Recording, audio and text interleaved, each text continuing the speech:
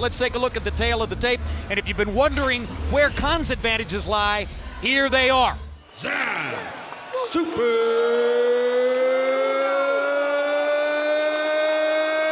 Judah. Amir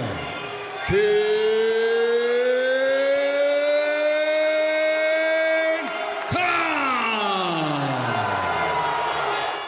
Any punches below this point will be called low.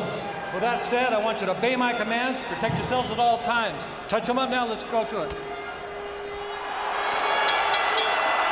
Judah says, with all his experience, he can teach Khan a lesson. The difference so far is the length of Khan's jab.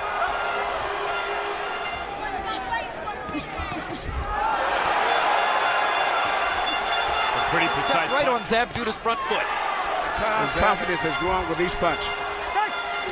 Khan saw Kaiser does most of his fights, including the fight with Mayweather. Judah backing straight up. Judah's going straight back. Me. Which one has really been to graduate school? That's what we're about to find out. It's going to be sneaky counter left. Oh, and a good right hook from Judah. To block Khan's jab and then a return a jab of his own, but Khan would prevail. He's concentrating on defense, but he hasn't been able to mount anything offensively. And Khan's You're watching to see which fighter can keep his foot outside the foot. Confronto Epico in the camp has been a big factor. Khan using his feet now. Ooh. Judah almost caught him with the left hand. As expected, Khan is more active throwing punches. Nice job. Keep it in the face, right? And stay down. Keep your chin down. Don't come up. Keep the chin down, but look. Hey, you gotta watch the headbutts, man. This guy around. But all in all, the reason Pernell Whitaker said, okay, you're over it now, is that Judah only threw 20. Khan forcing a right hand. Now, I see the difference so far is that Khan has the longer reach. Judah doesn't look comfortable quite yet. Well, hard right hand by Khan. That eye is bothering him, and that may be a big factor going down the fight. Good swelling or some marking around that right eye. Khan is a bigger, faster guy. And he's check hook as Judah came by.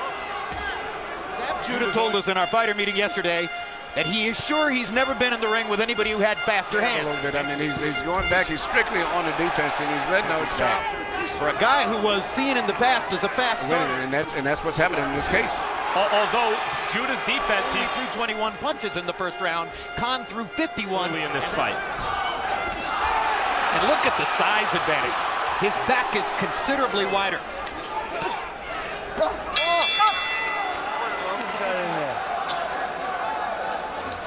Everything okay? Hey, very good, okay? Count, Zab Judah has landed 6. So the bottom line is that Amir Khan has gotten out of the gate, and Zab is not fighting a terrible fight. He's in obviously ridiculous shape. The closest thing he's beaten a lot of good fighters, but every time he stepped up to the... That was his hand speed. They're talking about going to 147 pounds. Some say that would be about... If he could pull off the upset. Judah, he's the guy in there with Michael Jordan. One of those sneaky left hands that he hides and then throws from the left side. Might be an indication that Khan is already an elite fighter. Well, I'm very delicate too, because you know, he's sparring with one of the great legends, and to be bad now. We're sparring. We're wearing 16-ounce gloves. My fight schedule is... impressed with Khan's, not just the boxing, but his physical strength. He looks like a welterweight in there, with a junior welterweight. The real upper echelon, he's lost, unless you consider Corey Spinks in '93, you know, scrimmaging against Michael Jordan. In fact, and he has everything to fight for here, and he's being routed. Right hand by Khan. And when you tried to compliment Khan for having done well in 3 rounds, good right hand by Khan, and he follows up in a hurry. All right, going off the jab. Give me my shot. That left hand. Bring it up. Very different in the corner. Khan has landed 37 punches to only 10.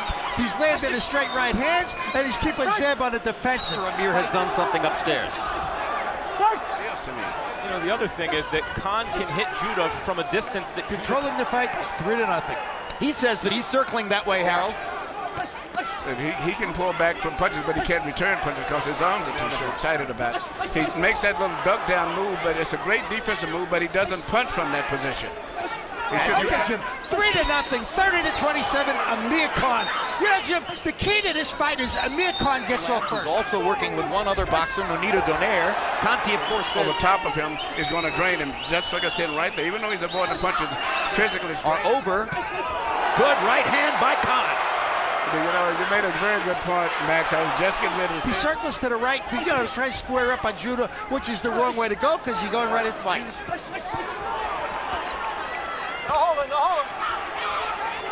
We've seen 4 rounds of pretty much the same thing, and it's all. Judah himself had a new physical. Well, I know one thing. Zab has got to start punching because he's systematically being. And it's all Amir Khan. To that of the king of the 126-pounders for the moment, Yuri Orcus Gamboa. And he keeps his hands up, Gary Russell Jr. As Zab Judah is averaging 23 thrown, 4 landed. End of story so far. Execute a game plan, but you know, he's losing every round and getting beaten up. He looks like he just hasn't found his way into the fight. Emmanuel, what does he do? Max, and just what you said, just change. He needs to fight the fight perfect at the distance where he can punch very effectively. And he's reduced Zab to primarily being, I think, Khan is a much improved fighter from the other fights that I've shown him. He's an accurate puncher and a bigger puncher than the others. Seems to survive the butts back. Yes, and that's amazing. But Zab is the one with the bald head, and Zab is the short. He's busting Zab's face up. It looks like Zab's just hoping that one of those 4 does enough damage. Uppercuts now. Well, he saw my Emmanuel. And Khan is fighting to have collisions. Seems like he gets the worst of it. Zab's really, it's pretty obvious Zab can't box with him in the middle of the ring. If that was the strategy. Susceptibility to the uppercut, but of course, Freddie Roach. He's systematically being defeated and going to get stopped anyway, so he's got nothing to lose. He needs it. Khan knows he landed the left hook well. Now goes to the right. The punch that Pernell Whitaker wants to see him throw. And that's one of his best punches. He's in perfect position to shoot that punch. Plus, that's his favorite punch anyway. Draculich is calling this a knockdown on a body shot. Khan comes to the neutral corner. Judah clearly thought he got hit low. He's not going to make it up.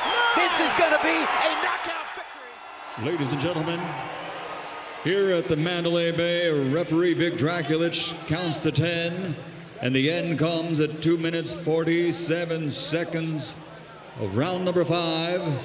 The winner and now the unified champion of the world, Amir Khan.